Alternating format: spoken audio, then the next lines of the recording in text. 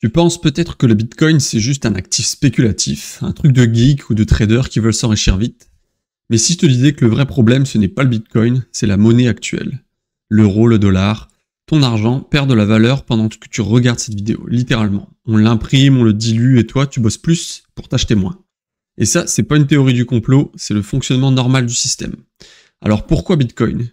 Eh bien parce que c'est peut-être la seule forme de monnaie qu'on ne peut pas trafiquer, qu'on ne peut pas censurer, et surtout qu'on ne peut pas t'imprimer dans le dos. Et dans cette vidéo, je vais te montrer pourquoi tu dois absolument en avoir dans ton portefeuille, même si c'est une petite partie. Pas pour devenir riche en une nuit, mais pour protéger ton énergie, ton temps et ta liberté. Allez, c'est parti, tu ne verras plus jamais l'argent de la même façon.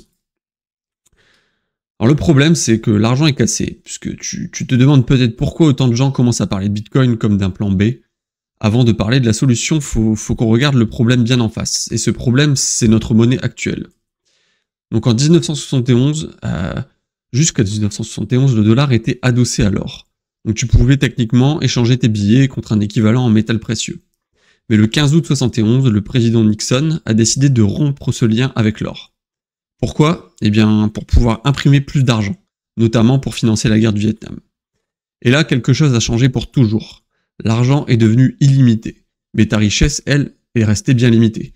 Et donc depuis ce jour, les banques centrales peuvent créer de la monnaie à volonté, et chaque fois qu'elles le font, ton pouvoir d'achat diminue. Et justement, on t'a peut-être dit que 2% d'inflation par an, c'est normal, mais si tu penses, si on t'enlève 2% de ton salaire tous les ans, qu'est-ce que tu dirais ? Eh bien pourtant, c'est exactement ce qui se passe, puisque les banques centrales donc, visent 2% d'inflation chaque année, ce qui revient à dire, donc, on veut te voler 2% de ta richesse tous les ans. Et certains diront, oui, mais l'inflation, c'est à cause des crises, des guerres, des pandémies, mais pas toujours, puisqu'il y a deux types d'inflation. Il y a l'inflation qui est due à des catastrophes naturelles ou des pénuries, et pour le coup, c'est l'inflation qui est plutôt rare. Mais par contre, il y a l'inflation qui est créée quand on imprime trop d'argent, et ça, pour le coup, c'est la norme. Et tous les ans, puisque la masse monétaire augmente quasiment tous les ans, tout le temps. Et donc c'est vraiment cette dernière qui nous concerne. Puisque quand on double la masse monétaire, mais pas le nombre de maisons, eh bien le prix double des maisons. Voilà, c'est aussi simple que ça. Et pour le coup, donc on croit souvent que la monnaie c'est un outil neutre, un simple moyen d'échange. Mais en réalité, la monnaie est contrôlée par des intérêts politiques. Et ceux qui sont plus proches de la planche à billets sont toujours les premiers servis. Les citoyens dans l'histoire, eh bien ils récupèrent la facture. Sous forme de loyers qui explosent, de salaires qui stagnent, de dettes qui s'accumulent. Et donc c'est facile pour les gouvernements de financer n'importe quoi. Ils n'ont pas besoin de demander l'avis du peuple, pour le coup ils impriment et c'est toi qui paies en silence. Résultat, on se retrouve avec un système truqué. Et aujourd'hui, beaucoup de gens travaillent plus pour s'acheter moins. Certains reportent leur projet de vie, renoncent à acheter un logement, voire à fonder une famille. Et tu sais quoi ? C'est pas toi le problème, c'est vraiment le système monétaire qui te vole ton énergie, ta créativité et ton temps. Alors maintenant qu'on a vu comment on s'est fait avoir, je vais te montrer pourquoi Bitcoin change la donne. Et donc pourquoi Bitcoin change tout ? Eh bien, maintenant que tu vois en quoi notre système monétaire est cassé, il est temps de parler de l'alternative. Cette alternative, c'est pas une nouvelle monnaie magique qui promet des rendements fous, c'est une rupture totale avec la logique inflationniste du système actuel, et donc c'est Bitcoin. Parce que Bitcoin, c'est une monnaie qu'on ne peut pas trafiquer. Et c'est justement le cœur du problème avec l'euro ou le dollar. Ils peuvent être imprimés sans limite. Résultat, ton pouvoir d'achat se dilue au fil du temps, alors qu'avec Bitcoin, c'est l'inverse total. On sait qu'il n'y aura jamais plus de 21 millions de Bitcoin. Jamais. C'est inscrit dans le code, gravé dans la blockchain. Et personne ne peut le changer. Pas même un président, un banquier ou un milliardaire. Et donc ça veut dire que personne ne peut te voler la valeur de ton travail en imprimant plus d'unités. Et c'est vraiment la première monnaie de l'histoire humaine qui ne peut pas être diluée. Ensuite, Bitcoin, c'est un système décentralisé et incorruptible. Et donc, contrairement aux banques centrales, Bitcoin n'a pas de patron.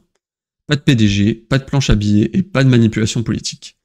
Bitcoin, c'est un protocole, un logiciel, et il suit des règles fixes, applicables à tout le monde et personne ne peut les contourner.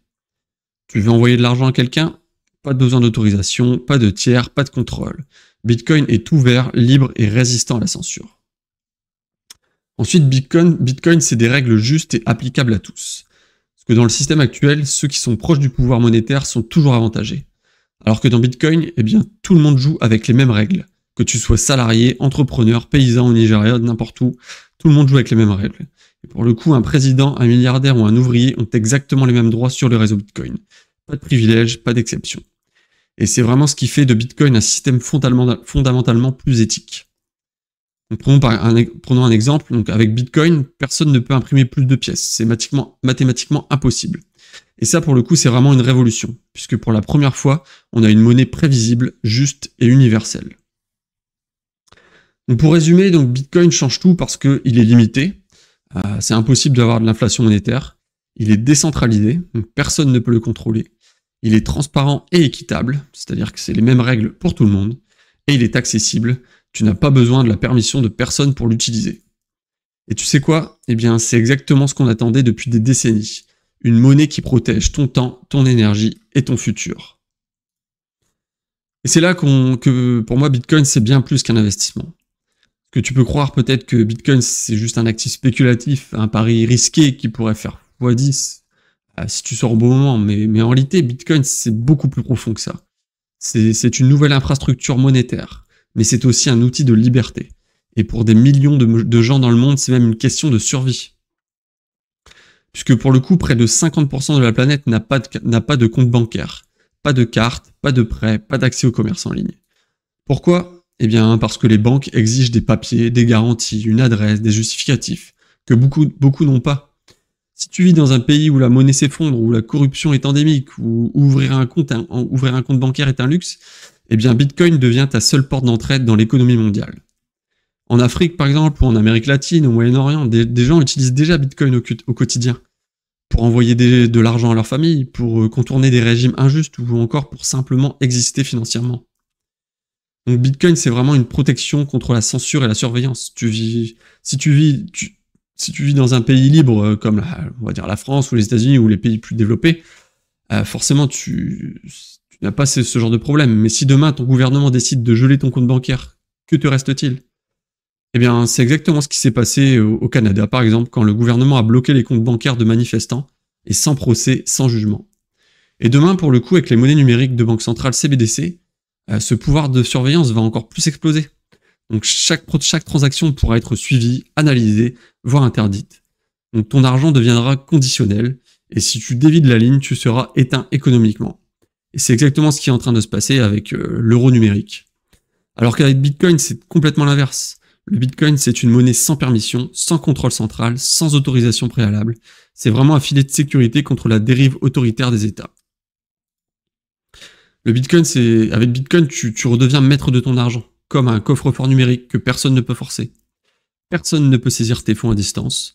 Tu peux traverser une frontière avec ta richesse dans ta tête, puisqu'il te suffit de 12 mots pour pouvoir accéder n'importe où dans le monde à tes Bitcoins. Et surtout, donc, tu reprends le contrôle sur ta vie économique. Le Bitcoin, c'est comme ta banque, mais dans ta poche. C'est ta propriété digitale, et c'est surtout ta liberté qui tient dans un portefeuille crypté. Donc si tu veux quelques cas concrets, des exemples, donc par exemple en Ukraine, en pleine guerre, l'argent a pu être acheminé grâce à Bitcoin, quand les banques étaient complètement à l'arrêt. En Afghanistan, où les femmes interdites de compte bancaire, eh bien, elles ont pu être payées directement en Bitcoin. Ou encore en Afrique, sur des régimes autoritaires ne peuvent pas bloquer les portefeuilles de Bitcoin, même sous la menace. Donc ça, c'est vraiment des cas concrets où ça prouve que le Bitcoin est vraiment un outil de souveraineté individuelle. Et donc pour résumer, donc Bitcoin, ce n'est pas qu'un investissement, c'est vraiment un accès à la finance pour ceux que le système exclut. C'est une protection contre la censure financière. C'est un outil de résilience, de dignité et de souveraineté. Et pour le coup, dans un monde de plus en plus instable, cette option parallèle n'a jamais été aussi vitale. Donc dans le monde d'aujourd'hui, tu ne possèdes pas vraiment ton argent. Ton compte bancaire peut être bloqué, ta carte peut être refusée, ton épargne peut être dévaluée par une simple décision politique, et même ton cash peut être saisi ou devenir inutile du jour au lendemain, surtout en cas de crise. Et Bitcoin change totalement la donne là-dessus. Donc Bitcoin, c'est ce qu'on appelle un actif au porteur numérique. Autrement dit, celui qui le détient le possède. Point. C'est comme ça. Donc comme un billet de 10 €, si tu le tiens dans ta main, il est à toi. Et donc Bitcoin fait la même chose, mais en version numérique. Et ce genre de propriété n'existait pas dans le monde digital avant Bitcoin. Avant, quand tu envoyais de l'argent en ligne, tu passais forcément toujours par une banque ou un tiers de confiance. Et aujourd'hui, avec Bitcoin, tu peux envoyer, recevoir et stocker de la valeur sans intermédiaire. Et Bitcoin, c'est la métaphore la métaphore de Bitcoin, donc c'est vraiment ta richesse qui est dans ta tête. Puisque avec Bitcoin, tu peux littéralement traverser une frontière avec 100% de ton patrimoine dans ta mémoire. Il te suffit pour le coup donc de retenir une phrase secrète de 12 ou 24 mots et c'est tout. Donc clairement, tu peux perdre ta maison, ton job, ton passeport, mais si tu as ces 12 mots, tu n'as rien perdu. Tu es encore souverain. Pas de coffre, pas de banque, pas de risque de saisie physique. Ton argent est à l'abri tant que toi seul connais cette clé. Parce que cette clé, justement, te permet d'accéder n'importe où dans le monde à ton portefeuille numérique. Ensuite, Bitcoin, donc c'est vraiment une résistance à la confiscation, puisque dans des pays, par exemple, comme le Venezuela, la Russie, l'Ukraine ou l'Afghanistan, des gens ont fui la guerre ou des régimes autoritaires avec tout leur capital stocké sur un portefeuille de Bitcoin. Donc, avec Bitcoin, on peut emporter des années de travail simplement dans sa tête. Et donc Bitcoin permet de protéger ton capital contre les régimes injustes, les crises bancaires ou les sanctions arbitraires. Et pour le coup, c'est ce qui est vraiment différenciant par rapport par rapport aux banques, puisque quand tu déposes de l'argent dans une banque, ce n'est plus vraiment le tien. Tu deviens en quelque sorte un créancier de la banque. Tu possèdes une promesse de remboursement, rien de plus. Mais avec Bitcoin, tu ne dépends de personne. Il n'y a pas de banquier, pas de permission, pas de censure. C'est juste toi et ta clé privée. Et comme le dit la maxime, not your keys, not your coins.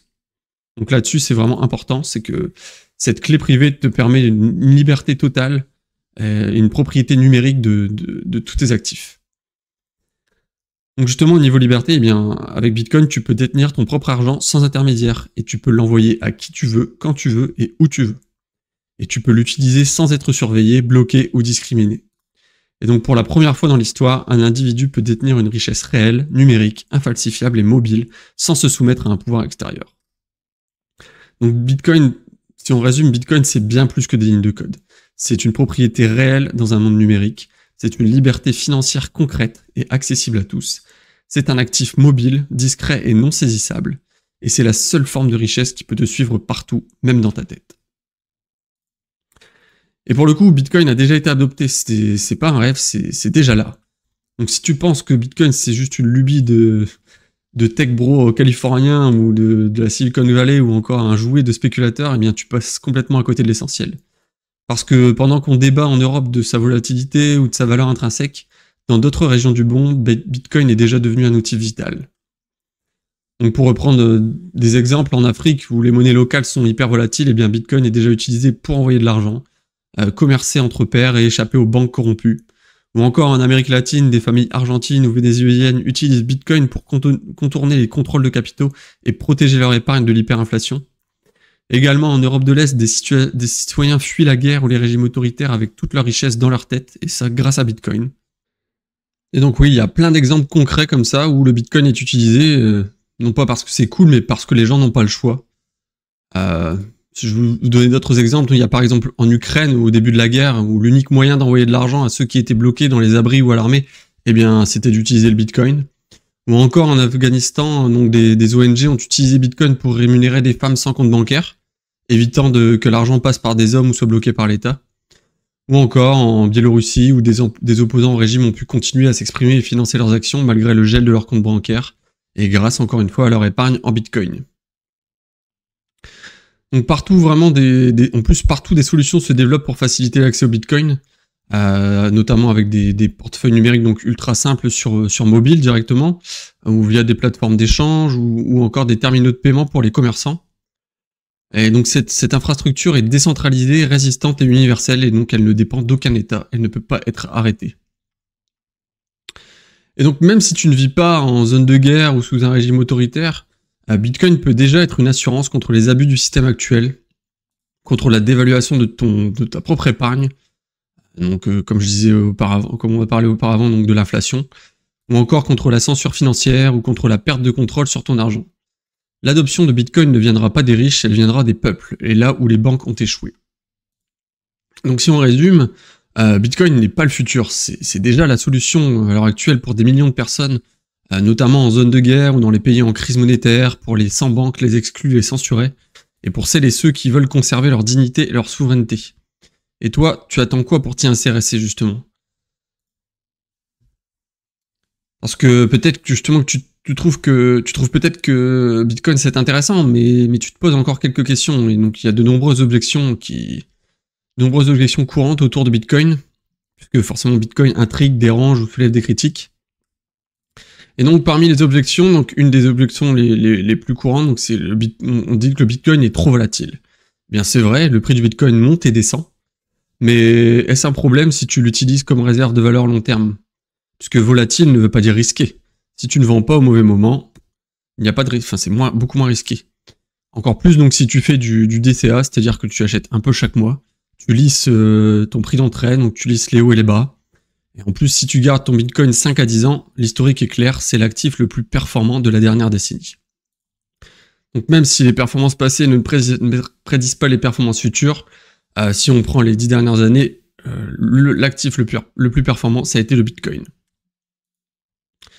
Et surtout, si on compare le Bitcoin avec l'euro, donc qui perd entre 2 à 10% de sa valeur chaque année, ou encore si tu le compares à ton livret ou ton PEL qui rapporte moins que l'inflation, clairement, je pense que le Bitcoin est beaucoup moins risqué. Ensuite, on dit également que le Bitcoin, c'est pas concret, c'est juste du numérique. Eh bien, c'est aussi ce que disent les gens de l'argent sur ton application bancaire, puisque au final, tu ne vois jamais les billets et pourtant tu y crois. La valeur d'une monnaie, ce n'est pas sa forme, c'est la confiance dans ses règles. Et Bitcoin, lui, repose sur un code incensurable, limité et ouvert à tous.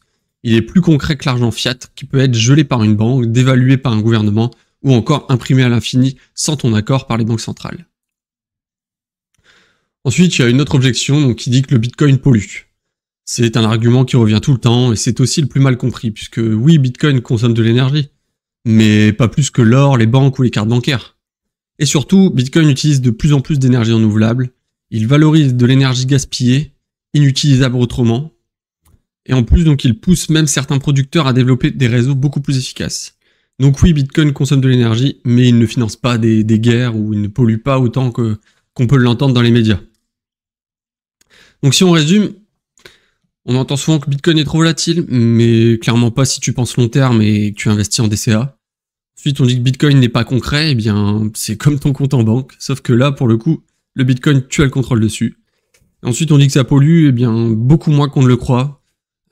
Faut pas écouter les médias mainstream qui racontent, enfin, qui bâchent toujours le Bitcoin là-dessus, mais surtout que le Bitcoin, pour le coup, il pousse vraiment à l'innovation verte. Mais tout ça tout simplement parce que Bitcoin dérange et il remet en cause un système établi.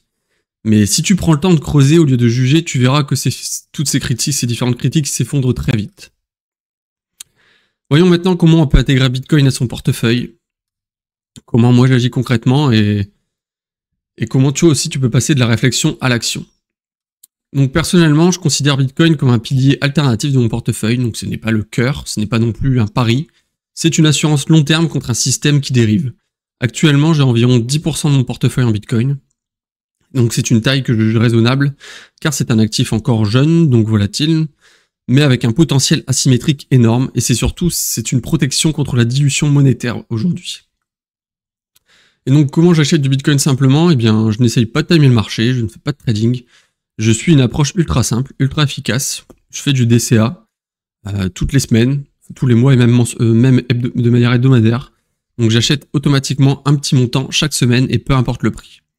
Et donc pour ça, j'utilise une application française qui rend ça ultra fluide, donc c'est Bitstack. Tu trouveras un lien le lien en description, pardon. Donc Bitstack c'est très simple, donc c'est une connexion directement à ton compte bancaire. Donc ça fait un achat à l'arrondi ou régulier en quelques clics. Et donc franchement c'est clé en main pour les débutants et tu peux commencer à partir de quelques euros. Donc pas besoin d'être un expert, pas besoin d'attendre le bon moment. Ce qui compte, c'est vraiment de s'exposer petit à petit et d'apprendre en faisant.